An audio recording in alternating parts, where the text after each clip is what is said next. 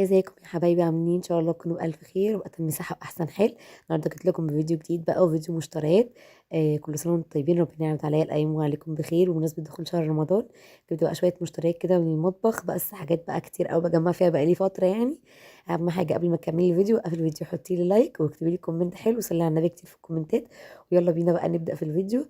اهم حاجه كملوا الفيديو الاخر عشان فيه مشتريات حلوه جدا هتعجبكم، وانا قايل لكم كل حاجه بالاسعار وكمان من المكان اللي جبته منها. يلا بقى بينا نبدأ في الفيديو. أهم حاجة اللايك والاشتراك لو انت مش مشتركة في القناة. بصوا بقى، أول حاجة جبت كده الأزايز دي. استنى هوريها لكم. اهو بصوا شكلها حلو قوي، عليها كده أشكال رمضان أهي. بصوا الغطا بتاعها، هي بلاستيك مش إزاز، بس شكلها حلو قوي. أنا عندي إزاز بس بصراحة دي عاجبني شكلها قوي. ودي كان سعرها 35. جبت منها 2. اهو بصوا شكلهم حلو ازاي. دي كده أول حاجة. حلوين بقى في رمضان. للعصاير وكده هيبقوا حلوين قوي هينفعوا. تاني حاجه بقى، بصوا انا كان عندي مشكله، بيبقى عندي عزومات او كده وما كنتش بلاقي حاجه احط فيها ملح وفلفل، مش عارفه ازاي، ما عنديش ملاحات يعني. فبصوا بقى جبت دي كده. بصوا لونها بينك، طبعا انا بعشق اللون البينك طبعا شاف المطبخ بتاعي قبل كده عارف. بصوا هم ازاز كده، واستنوا هوريكم. و... وبتتقفل كده وبتتفتح كده اهو زي ما انتم شايفين كده. 2 ازاز. والحامل بتاعهم اكريليك اهو. بصوا شكله تحط بقى كده على السفرة في العزومات، بصراحة بتبقى حلوة قوي. دي كان سعرها اهو، كان سعرها 30 جنيه. تمام. الحاجات دي كلها انا جايباها من سنتر بلبل، اللي في العجمي يعني هيعرفوا، اللي في خير الله. تمام كده. يلا بينا ندخل على اللي بعده. جبت بقى الكيس الشاليمو ده اهو. الكيس فيه 100 واحدة، كان عامل 15 جنيه. حلو بقى برضه للعصاير وكده وللولاد كمان. فحلو قوي. معلش على الستوش، انا عندي برضه تعبانه. فجبت كده واحد. جبت كمان المضرب ده. انا كان عندي مضرب اللي هو السيليكون السلك العادي، بس كان بيتفك يعني، كان دول كده كان بيطلعوا مكانهم. فده بقى بصوا خامته حلوه جدا. من اللي هو مش ما بيتفكش. انا عايزه بس اشيل دي كده اوريها لكم. بصوا شكله حلو، خامته حلوه جدا. ده كان سعره 25.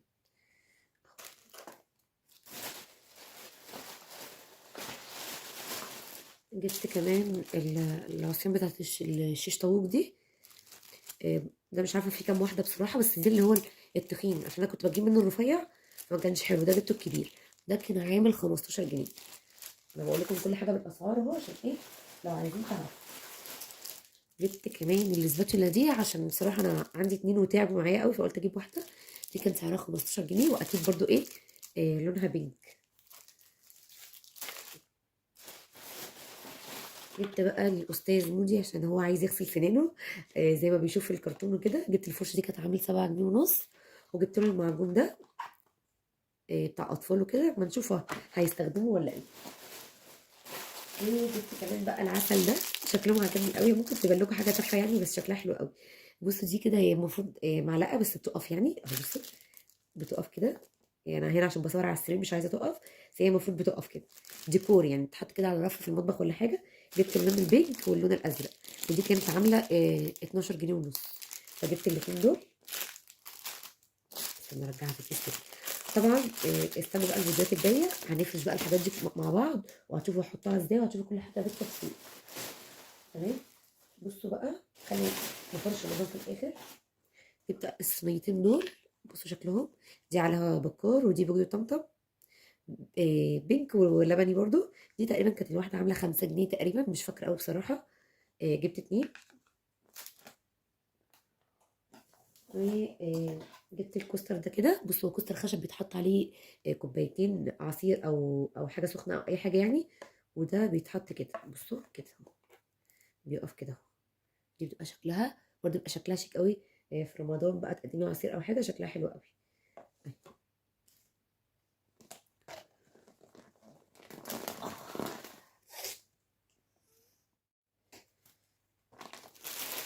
بقى جبت ده كنت ما كنتش جايباه بصراحه من المحل اللي قلت لكم عليه ده، كنت جايباه من رنيم.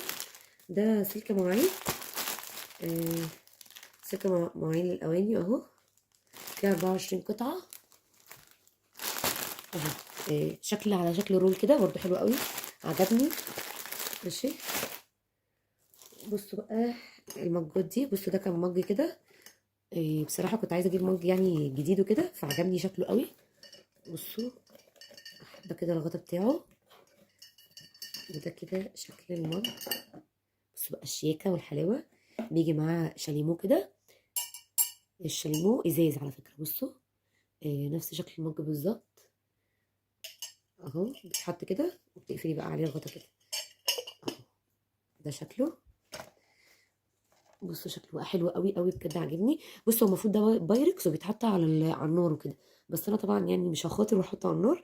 هو حلو بقى المشروبات ساقعه بالشاليمو، مشروبات سخنه من غير، فبجد شكله حلو قوي وشيك قوي قوي بجد بجد، عاجبني قوي. بصوا شكله حلو ازاي. جبت كده الشكل ده كده ليا، استنى بس نشوف مكانه. وجبت واحد تاني لاختي بس جبت لها شكل تاني، استنى هوريها لكم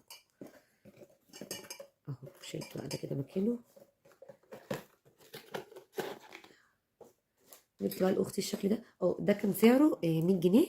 ده كان من عند الرنين، ما كانش من المحل اللي بقول لكم عليه، ده كان من الرنين في العروض، فكان نزل عليه عرض كان ب 100. ده بقى جبته لاختي. بصوا بقى شكله هو نفس شكل التاني شويه، بس بصوا ده المج كبير، بصوا من جوه كبير قوي، والازاز بتاعه بصراحه يعني اتقل من التاني، بيجي معاه معلقه كده، والغطا بتاعه نفس التاني بس ده بلاستيك اهو. بصوا بقى شكله برده حلو جدا. ده كان ب60 برضو، كان من رنيم، كان عامل 60، مش مكتوب عليه سعر، كنت عايزه اوريه لكم، بس برضو شكله حلو قوي. مش مكانه. وجبت بقى عربيه الفول دي كده برضو من رنيم، هي مش عربيه فول، استنوا تعرفوا هي ايه. بصوا هي كده شكل عليها فول فنانيس والله اكبر، وعليها قرآن كده، وهي علبه مناديل. استنوا، بصوا فتح كده من هنا وتحطي فيها المناديل، ودي كده بتتركب هنا.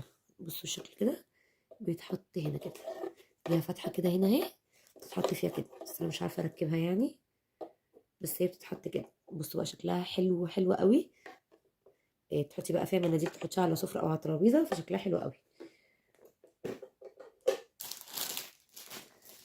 وبصوا بقى الفانوس ده انا مش جايباه جديد بصراحه، هو عندي من السنه اللي فاتت، بس انا عشان رمضان اللي فات يعني ما كنتش لسه فتحت القناه وكده، ف ما شفتوش بقى زينه رمضان والحاجات اللي انا كنت جايباها، وكنت عامله فرش وقماش هتشوفوه ان شاء الله لما اجي افرش. كنت عامله كل حاجه على ايدي، وكنت عامله عربيه فول وكمان فانوس. استنوا بقى الفيديوهات اللي جايه عشان تشوفوا كل الحاجات دي. ده الفانوس كده بتاع ايكيا، بيتفتح كده، وانا كنت جايبه الشمعه دي بتنور اهي، بس هي مش باينه، تحط جوه كده كده اهو، تقفلي عليه. بصوا شكله ويتقفل كده. بصوا شكله حلو قوي، ده شكله. بصوا بقى ده كده، ده كان باسكت بتاع لعب الاطفال، عشان انتوا عارفين انا عيالي عندهم لعب كتير، والباسكتين بتوعهم بصراحه باظوا، فجبت اتنين اهو نفس الشكل اهو كده باينين. جبت الاتنين دول كده لونهم ازرق. ده كان الواحد عامل 75، والفانوس ده انا كنت جايباه السنه اللي فاتت كان ب50، مش عارفه بقى دلوقتي الاسعار ايه. بصوا بقى ده كنت طالباه اونلاين بصراحه. بصوا خليه في الاخر ده عشان ده مفاجاه، كملي الفيديو للاخر عشان تعرفوا ده في ايه. بصوا الصوره من بره ممكن تعرفوا يعني، استنوا الفيديو للاخر عشان اعرف اوري لكم بس بالتفصيل. جبت كمان الأذكار دي للتلاجة. بصوا أذكار الصباح وسورة الفلق وسورة الناس، بصراحة شكلها حلو قوي. كان بقالي فترة بدور عليها على النت وكده، بس اونلاين كانت غالية قوي، فجبتها من المحل اللي بقول لكم عليه اللي هو سنتر بلبل، او اخترنا لك زي ما بتقولوا عليه يعني. ده كان عامل 12 جنيه ونص اهو سعره، برده كان حلو قوي. بصراحة كنت نفسي اجيبه.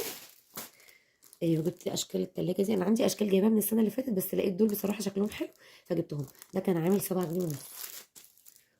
ماشي، جبت باقي تاني اه. بصوا بقى دي، جبت القله دي، انا مش عارفه الصراحه ما بيحطوا فيها ميه وبيشربوا منها حقيقي ولا ايه، بس انا جايباها احطها ديكور في المطبخ، بصراحه شكلها حلو، وطبعا لونها بينك عشان كده جبتها. بصوا شكلها هي صغننه كده، شكلها حلو قوي. بصوا شكلها، دي كانت عامله 25 جنيه. تمام، يلا اللي بعده. بصوا انا متعوده كل دخلة رمضان لازم اجيب مشتريات جديده، يعني مش بحس بفرحه رمضان كده غير لما اجيب حاجات جديده. والحاجات دي انا مش جايباها مره واحده، يعني مش لسه جايباها، لا انا بقالي بتاع شهرين ثلاثه بجمع فيها، كل ما الاقي حاجه بتعجبني بجيبها لحد ما جمعت بقى الحاجات دي. دي كده دلايه، دلايه كده بتتعلق على الباب، على الحيطه، على اي حاجه. اوريكم شكلها لما افتحها. هي دلايه قطعتين كده، دي كانت سعرها 25 جنيه وشكلها حلو قوي. وجبت كمان ده كفر، ده كفر للغساله، عليه بوجي طمطم برده، مش عارفه افتحه اوريهولكم. بصوا شكله، هوريهولكم برده ايه وانا بفرش المطبخ، هتشوفوا كل حاجه بالتفصيل. جبت طقم التوابل اللي عندي في المطبخ لكل اللي متابعني، يعني عارفه اللي هو الطقم البرج، هو اسمه البرج. كان بيبقى لما اشتريته كان بيبقى جاي معاه طقم، جاي معاه ستيكر بتاع التوابل وكده، بس الستيكر بتاعه كان كرتون، مش كرتون، ورق. فطبعا لما بيتبهدل وتعوزي تغسليه فبالتالي الورق ده بيبوش وبترميه. فغيرت اول مره، ورجعت في رمضان اللي فات برضو جبت ستيكر برضو ورق وباظ، يعني اول ما بغسل الطقم فبيبوظ وبيترمى. فبصراحه كنت متضايق، الموضوع ده مضايقني قوي. فرحت جبت بقى ده ضد الميه. بصوا هما ورقتين كده فيها بقى كل حاجه، جوز هند، كركم، ترمس، كزبره، كاكاو، شاي، بن. هنا بقى التوم باودر، كمون، سكر، المهم فيها كل التوابل يعني، بهارات سمك، بهارات دجاج، فيجيتار، فيها كل حاجه. وكمان ضد الميه يعني ووتر بروف، يعني لما بيجي عليه ميه ما بيتقطعش ولا اي حاجه. بصراحه حلو قوي، عجبني، وكمان كان سعره رخيص يعني. بصوا كان ب 12 جنيه ونص، برضو شكله حلو قوي. جبت بقى دي، كنت عايزه اجيبها بصراحه من رمضان اللي فات، بصوا استنى لكم. بس ايه، ما كانش في نصيب اجيبها رمضان اللي فات فجبتها. الله دي ازاي، على فكره أنا اول مره افتحها واشوفها معاكم. بصوا هي خشب، عليها هي صينيه كده، بصوا الحرف بتاعها اهو، عليها كده من جوه بيجي طمطم، وهي ازاز، يعني الارضيه دي ازاز، انا اول مره اخد بالي ان هي ازاز، وهي خشب. بصراحه الخامه بتاعتها حلوه جدا، بصوا من ورا خامتها حلوه حلوه بجد قوي، بجد مبسوطه بيها قوي. بص شكلها حلو ازاي. دي كانت عامله 85 جنيه اهو، شايفين؟ كانت 85، بجد حلوه قوي، مبسوطه بيها قوي، خامتها كمان حلوه وتقيله، مش خفيفه يعني. ايه تاني جبت بقى؟ بصوا بقى جبت طواجن كده من رنين، كان عامل عليها عرض. انا بحب اروح رنين في العروض بصراحه، ده بقى الصفحه بتاعتهم بيعملوا عروض حلوه قوي. لكن الواحد كان عامل 8 جنيه، فجبت 4 اهو. جبت ده كده 2، وجبت كمان 2. انا عندي 4 تاني صغيرين، وجبت عليهم 4 بقى في رمضان تعمليه بقى. انا طبعا زي ما انتم عارفين ان جوزي بيسافر، فهفطر انا وعيالي يعني. فنعمل مكرونه بشاميل على قدنا، رز، بحب اعمل فيها قوي كيك، فبجد حلوين قوي. دول كده شكلهم. جبت ايه تاني؟ بصوا بقى جبت بقى كده مفارش، ده كده بصوا شكله، ده كده مفرش. ده كان عامل 70 اهو سعره. ده مفرش مستطيل، بصوا هو شكله كده، مش عارفه افرده لكم بقى قوي عشان مش هتشوفوه، اوريه لكم وانا بفرش. ده مفرش مستطيل كده، جبته لترابيزه الانتريه. لا ده كان للسفره مش لترابيزه الانتريه. وجبت كده خداديات بتاعت رمضان، دي كانت الواحده عامله 15 اهو. استنوا، انا عندي كذا واحده من السنه اللي فاتت، بس جبت عليهم 2 تاني. قلت ايه مش هيخسروا، يعني الانتريه كده شكلهم حلو كمان، نفس لون المفرش، فجبت كله نفس اللون. وكنت جايبه واحد من السنه اللي فاتت للسفره. فاهم حاجه، تتابعوني الفتره اللي جايه عشان تشوفوا فيديوهات الفرش بالتفصيل، وهتشوفوا كل حاجه هتعجبكم قوي. بصوا بقى، دي كده مفارش صغيره للبوفيه او للترابيزه لاي حاجه، شكلهم حلو قوي. جبت منهم كده ايه 3، واحد كبير واتنين صغيرين. ده كان الصغير عامل 10، والكبير شويه اللي هو المربع كده، استنى اوريكم كده اهو، ده كان عامل 15. بصوا بقى الطقم ده انا كنت بصراحه كنت جايباه اونلاين. ده طقم سبونج بوب، اللي هو بيبقى صبانه، وانا كنت مصوره اول ما جبته، فهسيب لكم بقى ايه الفيديو بتاعه هنا في اخر الفيديو، تمام. كنت بقى عايزه اوريكم الفوانيس اللي جبتها للعيال. كان رنينا عامل عروض بصراحه، تاخدي تشتري اي فانوس بتاع اطفال يعني، تاخدي عليه فانوس هديه. عشان كده بقول لكم بحب استغل العروض بتاعت رنين. فرحت بقى جبت فوانيس للعيال، هم طبعا خدتهم هم اختاروا. ده كده جبته لمودي لابني الكبير. ده كده باز يطير، طبعا عارفينه اهو. اهو ده كان عامل 270 تقريبا، وخدت عليه واحد لسليم هديه، هوريكم بتاع سليم دلوقتي. بصوا بيشتغل كده من هنا، بصوا شكله حلو قوي. ده بيمشي يعني تحطيه في الارض كده بيمشي زي اللعبه العاديه بتاعت باظ يطير. بصوا استنى هوريكم. هو عنده واحد كانت خالته جايبه له في عيد ميلاده، وعنده ده فانوس، بس ده بيغني، ده مش بيغني، ده بيعمل صوت كده وهو بيمشي وبينور، انما ده بيغني بقى اغاني رمضان كريم. ف كنت عايزه اجيب له بصراحه شكل تاني، قلت عشان هو عنده باظ يطير وكده، بس هو صمم عليه يعني، كان عايزه فما رضيتش ازعله بالطول. ده بقى بتاع سليم. بصوا بقى بتاع سليم، بوجي. بصوا برده شكله حلو قوي، عربيه كده اهي باربع عجلات. طبعا زي ما قلت لكم اي فانوس هتاخديه في رنين عليه فانوس، عليه فانوس هديه. بس طبعا العروض دي مش كل يوم. تابعي الصفحه بتاعتهم وهتعرفي العروض دي امتى بالظبط. فجبت خدت بقى ده، وجبت ده لسليم، ده برضو بيغني اغاني رمضان. حلو يا حلو. وبيلف كده اهو، وبيمشي برضو في الارض، فشكلهم حلو قوي.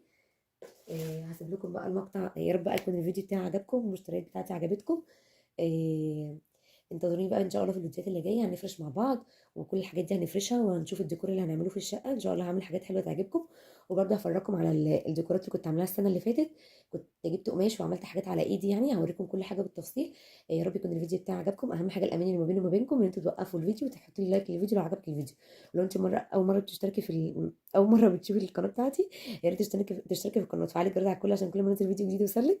الفيديو ده متلخبطه شويه لاني بكلمكم كده على طول، مش مسجله فويس اوفر ولا اي حاجه.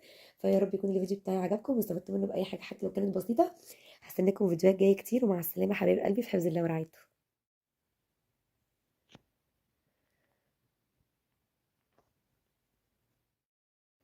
بصوا بقى ده كده الفيديو كنت مسجلاه اول ما استلمت الاوردر بتاع الطقم ده يعني. كان لسه واصل لي، فهنا كنت بقى بفتحه. هوريكم دلوقتي شكله بالتفصيل وهقول لكم هو حلو ولا لا وكل حاجه. ده الطقم بتاع سبونج بوب، اللي هو بتاع اللي بيتحط على على الحوض يعني، يبقى ديسبنسر صابون وسفنجة مواعين ومكان للسلكة وكده. هوريكم كل حاجة دلوقتي. ده كنت بعمل بيدج على على الفيسبوك، لو عايزين اسم البيدج اكتبوا لي تحت في الكومنتات. كان عليه عرض حلو جدا، كان بقالي فترة نفسي اجيبه، بس كنت بشوف بقى ب 200 وب 300 واسعار كده. لقيت بيدج عاملة عليه عرض ب 100 جنيه بس، اه والله زي ما انتم سامعين كده كان ب 100. فبصراحة فرحت قوي ورحت جايبه بقى على طول. انا بعشق التفاهة يا جماعة، ممكن تبقوا شايفين حاجات تافهة بس انا بحب التفاهة يعني. كان لو شفتوا الفيديو في الاول هتلاقوا معظم الحاجة اللي أنا جايباها تافهة، انا بعشق الحاجات التافهة. فبس بصراحة شكله عجبني قوي. هو بلاستيك بس بلاستيك نضيف يعني، ده الديسبنسر كده بتاع الصابون على شكل البيت بتاع سبونج بوب. وده بسيط. ده فاتح بقه كده، يبقى بيتحط في بقه سلك معين. هو جاي معاه السلك والاسفنجة بتاعت المواعين وكل حاجة تمام. يبقى بسيط، ده بيتحط فيه السلك والبيت بتاعهم. ده الديسبنسر بتاع الصابون، وده سبونج بوب. هو شكل سبونج بوب كده، والاسفنجة بتاعته لونها اصفر زي ما انتم شايفين كده. إيه، دي السلكة اللي جاية معاه، والسفنجة برضو جاية معاه، وبيبقى معاه كده دبل فيس عشان بتلزقيه على الرخامة وكده عشان ما يقعش. بس كده. يا رب يكون عجبكم بقى، وقولي رأيكم فيه تحت في الكومنتات.